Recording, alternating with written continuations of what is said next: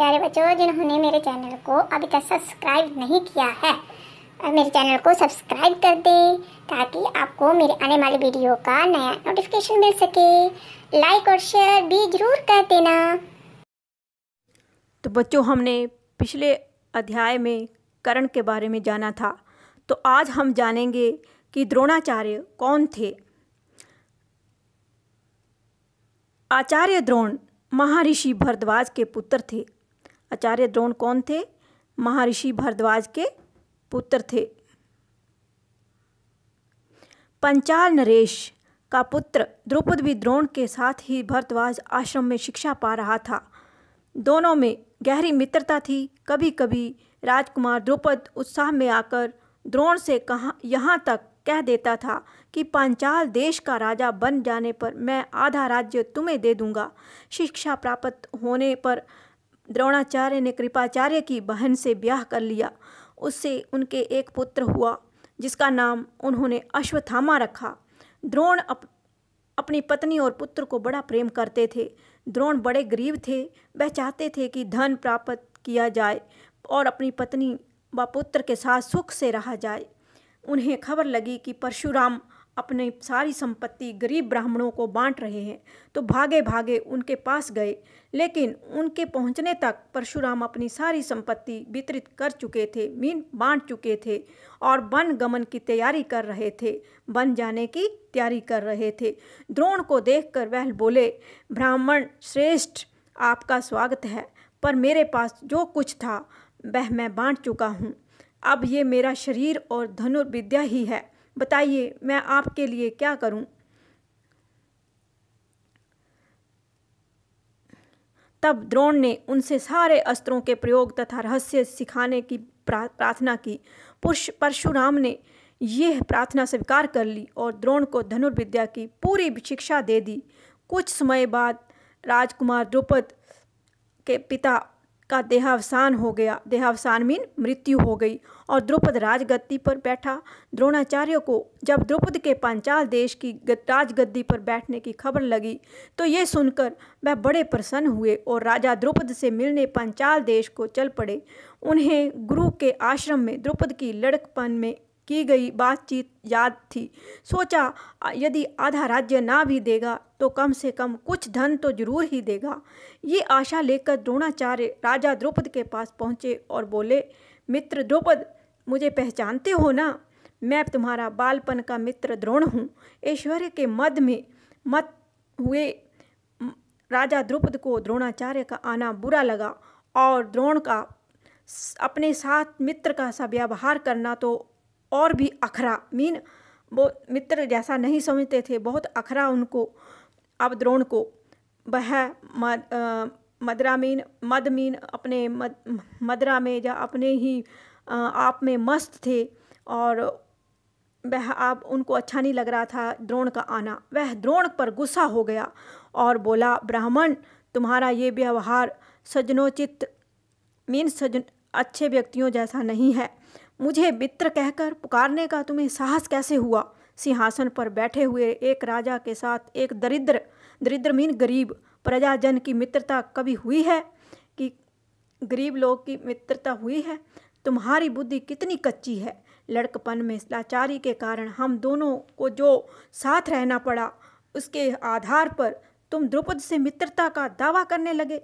दरिद्र की धनिक के साथ, मूर्ख की विद्वान के साथ और कायर की वीर के साथ मित्रता कहीं हो सकती है?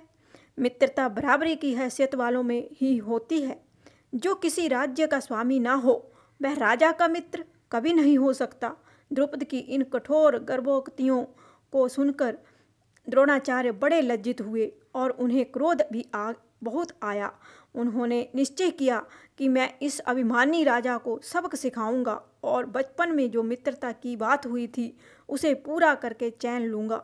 वह हस्तिनापुर पहुँचे और वहाँ अपनी पत्नी के भाई कृपाचार्य के यहाँ गुप्त रूप से रहने लगे। एक रोज़ हस्तिनापुर के राजकुमार नगर से बाहर कहीं गेंद खेल रहे थे कि इतने में उनकी गेंद एक कुएं में जा गिरी। युधिष्ठिर को उसको निकालने का प्रयत्न करने लगे तो उनकी अंगूठी भी कुएं में गिर पड़ी। सभी राजकुमार कुएं के चारों ओर झांक झांक कर देखने लगे, पर उससे निकालने का उपाय उनको नहीं सूझता था। एक कृष्ण के वर्ण का ब्राह्मण मुस्कुराता हुआ यह सब चुपचाप देख रहा था। कृष्ण वर्ण मीन काले रंग का। राजकुमारों को उसका पता नहीं था। राजकुमारों को अचरज में डालता हुआ वह बोला, हैरानी में डालता हुआ बोला, राजकुमारों बोलो, मैं गेंद निकालने दूं तो तुम मुझे क्या दोगे? अगर मैं आपकी गेंद निकाल दूं तो आप मुझे क्या दोगे? ब्राह्मण श्रेष्ठ, आप गेंद निकाल देंगे तो कृपाचार्य के घर आपकी बढ़िया दावत करेंगे। दावत में खाना देंगे। युधिष्ठिर ने हंसते हुए कहा। तब द्रोणाचार्य ने पास में पड़ी हुई सींग उठा ली और उसे पानी में फेंका। सींग गेंद को ऐसे जाकर लगी जैसे तीर, और फिर से उस तरह लगातार कई सींकें वे कुएं में डालते गए। सींकें एक दूसरे के सिरे में चिपकती गई। जब आखिरी सींग का सिरा कुएं के बाहर तक पहुंच गया तो द्रोणाचार्य ने उसे पकड़कर खींच लिया और गेंद निकल आई। सब राजकुमार आश्चर्य से ये करतब देख रहे थे। उन्होंने ब्राह्मण से विनती की कि युधिष्ठिर की अंगूठी भी निकाल दीजिए। द्रोण ने तुरंत धनुष चढ़ाया और कुएं में तीर मारा। पल भर में बाण अंगूठी को अपनी नोक में लिए हुए ऊपर आ गया। द्रोणाचार्य ने अंगूठी युधिष्ठिर को दे दी। ये चमत्कार देखकर राजकुमारों को और भी ज़्यादा अचरज हुआ और भी ज़्यादा हैरानी हुई। उन्होंने द्रोण के आगे आदरपूर्वक सिर नभाया और हाथ जोड़कर पूछा, महाराज, हमारा प्रणाम स्वीकार कीजिए और हमें अपना परिचय दीजिए कि आप कौन हैं। हम आपकी क्या सेवा कर सकते हैं, हमें आज्ञा दीजिए। द्रोण ने कहा, राजकुमारों, ये सारी घटना सुनकर पितामह भीष्म से ही मेरा परिचय प्राप्त कर लेना। राजकुमारों ने ये जाकर पितामह भीष्म को सारी बात सुनाई तो भीष्म ताड़ गए कि हो ना हो वह सुप्रसिद्ध आचार्य द्रोण ही होंगे। ये सोचकर उन्होंने निश्चय कर लिया कि अब से राजकुमारों की अस्त्र शिक्षा द्रोणाचार्य के ही हाथों पूरी कराई जाए। बड़े सम्मान से उन्होंने द्रोण का स्वागत किया और राजकुमारों को आदेश दिया कि वे गुरु द्रोण से ही धनुर्विद्या सीखा करें। कुछ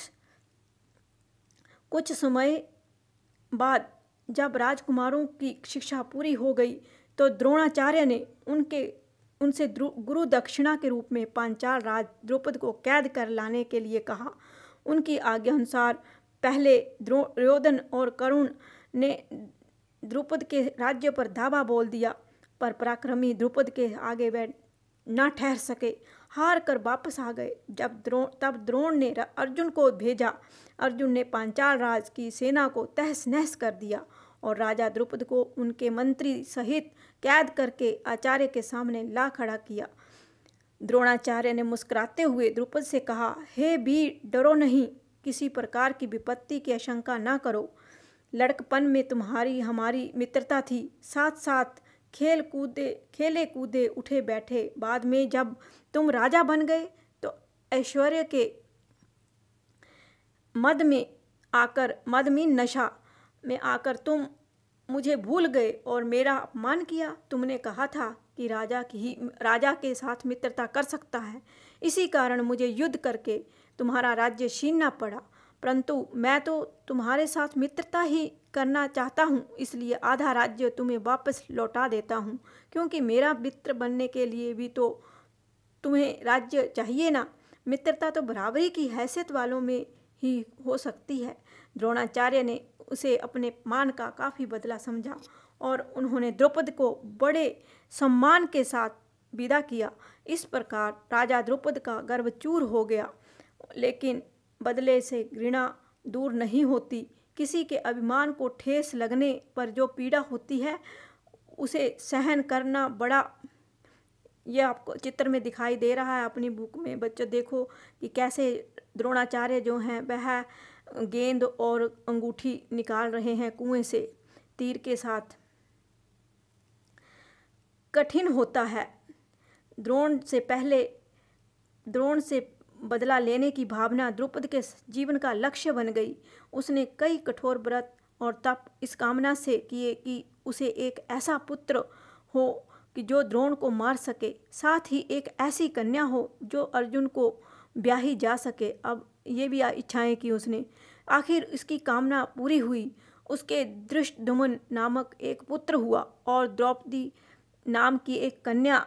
आगे चलकर कुरुक्षेत्र की रणभूमि में अजय द्रोणाचार्य इसी धृष्टद्युम्न के हाथों मारे गए थे।